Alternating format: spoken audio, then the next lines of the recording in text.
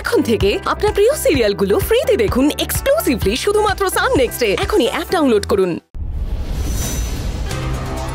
আপাতত এতেই হয়ে যাবে, আবার যদি দরকার পড়ে আমি আপনাকে ফোনে ডেকে নেবো। কেমন?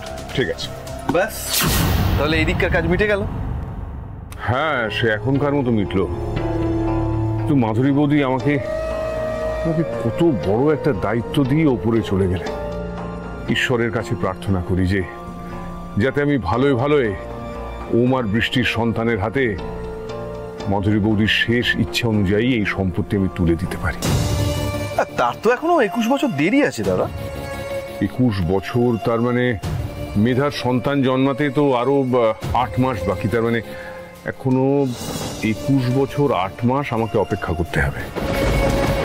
হ্যাঁ, তা তো করতেই হবে দাদা। আর দায়িত্ব পালন করা কি আর মুখের কথা?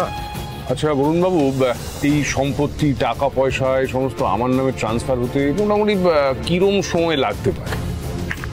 বেশি সময় লাগার কথা নয়, ম্যাক্সিমাম 72 আওয়ার্স। ও ঠিক আছে, তাহলে সব কাজ হয়ে গেলে আমাকে একবার ফোন করে জানিয়ে দেবেন। একদম। চলে। ও 1 মিনিট, একটা কথা আছে বরুণবাবু, যে ওই মাধুরী বৌদির উইলটা কি আমি একবার দেখতে পারি?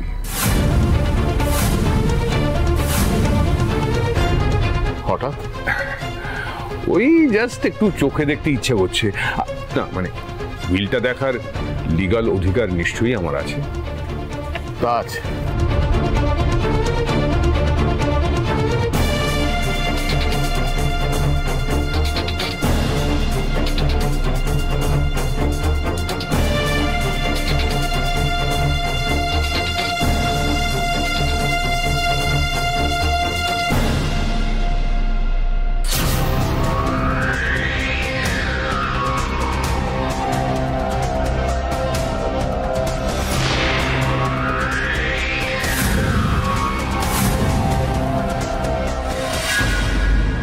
আচ্ছা বরুণবাবু, আপনি সেদিন বলছিলেন যে উইল অনুযায়ী যদি মেধার সন্তান এই পৃথিবীতে না আসে, তাহলে এই উইলের শর্ত অনুযায়ী সমস্ত সম্পত্তি কোনো জনকল্যাণমূলক ট্রাস্টে চলে যাবে, তাই তো? তাই তো, যাবেই তো। কিন্তু সেই রকম কোনো শর্তের উল্লেখ তো আমি এই উইলে দেখছি না।